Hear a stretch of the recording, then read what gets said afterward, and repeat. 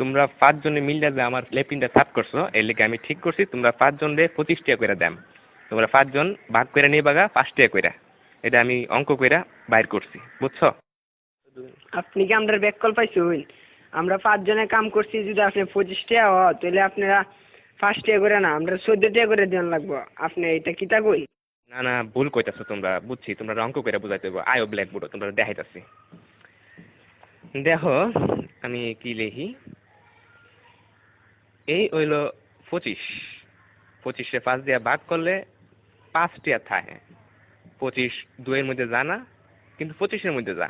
25 5 দিয়ে ভাগ করলে থাকে 5।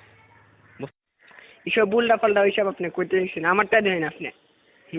চাই আমরা 5, আমরা যদি 25 দিয়ে ভাগ করি তাহলে 5 2 এর ভিতরে জানা জানা তো, কিন্তু 5 আবার 5 এর ভিতরে যা। 5 1 5 তাই 0 কাটতে লামাইলাম 2। দেখুন আমরা জানি 4 5 20, তাই 4 এর 5 20, তাই ভাগফল 14, তাই আমরা 14 টাকা করে দিতে হইব।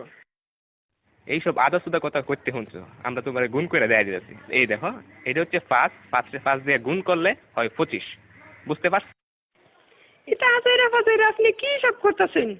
হ্যাঁ, আপনার হিসাব হয়েছে না, আমি আপনার আবার নতুন টিকা হিসাব করে দেখাইতেছি। এটা কেন 14 আর 5 গুণ করলেও 4 5 20, 5 1 5, মোট কত হইল? 25। দেখছেন আমার হিসাব? অহন বুঝতে পারছি তোমরা সত্যি আসুদা। আমরা অঙ্কটা দেখো, 14 14 14 14 5 বার দিছি।